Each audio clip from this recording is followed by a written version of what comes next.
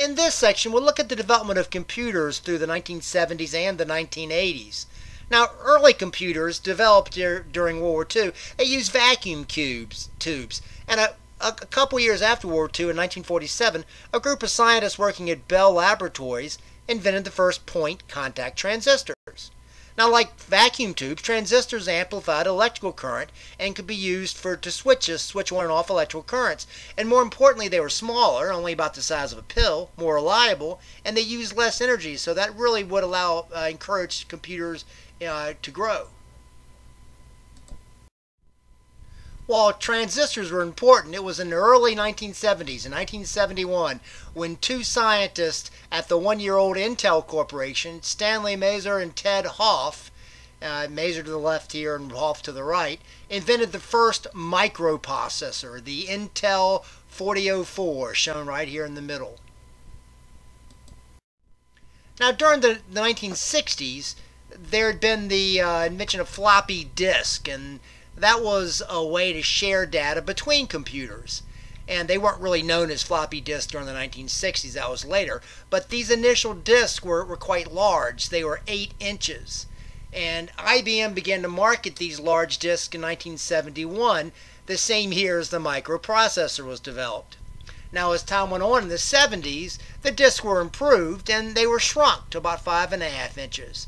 And I should note that later still, in the early 1980s, they were improved again and shrunk again to 3.5 inches, which that lasted until the invention of the compact disc in the 1990s. On the left, you can see the original 8-inch floppy disk in its processor, and laid on the table there next to it is a smaller 3.5-inch disk for comparison. As I've noted in an earlier video, the modern internet had its roots in the late 60s with the invention of ARPANET, which was the idea of computers sharing data along telephone lines. It had been developed between 4 universities out west, and they could share data between them. ARPANET took advantage of sending small units of data known as packets, and that allowed information to be routed along different paths and reconstructed at the destination computers to which they were sent. And during the 1970s, the protocols for ARPANET improved, and soon there emerged communication between the ever-developing number of separate networks. It wasn't just communication within networks, but now we're begin to get communication between networks. As these messages were sent, it's interesting to note that in 1972, among one of these networks, you see the first communication identified with what we today call the @ sign, which obviously that was really caught on later on with the email.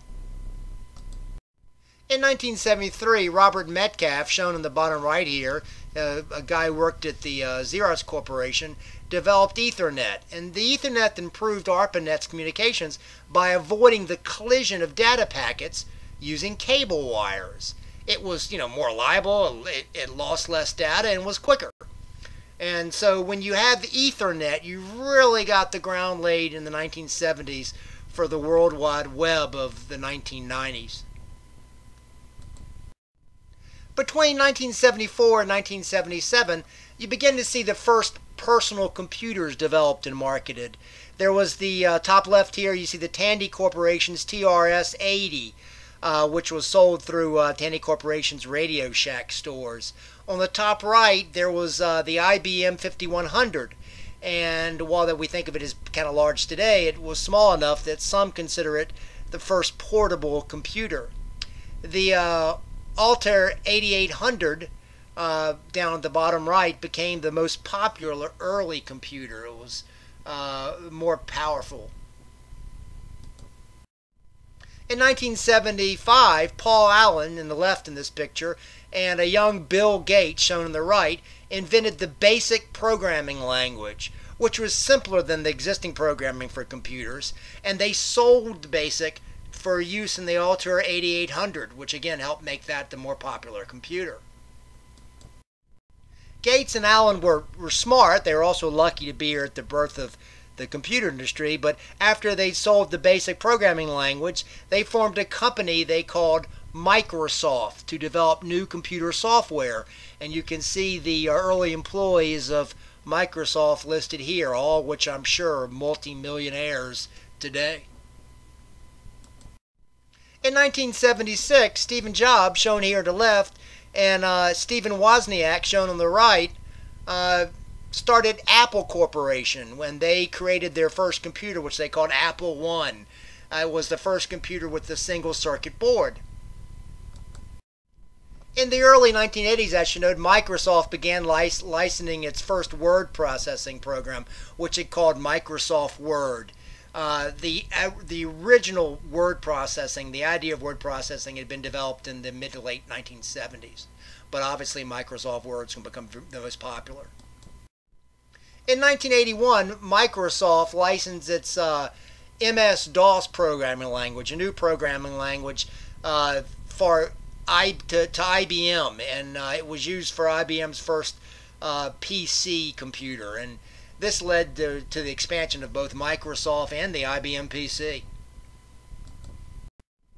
Having supplanted Tandy Corporation in the personal computer market, Apple now challenged IBM's PC with the introduction of the Apple Macintosh Computer in 1984. The Macintosh had an easier-to-use graphic interface and became the first computer to really have a widely used mouse, and accordingly it became popular with home users, while the IBM PC remained the favorite for businesses.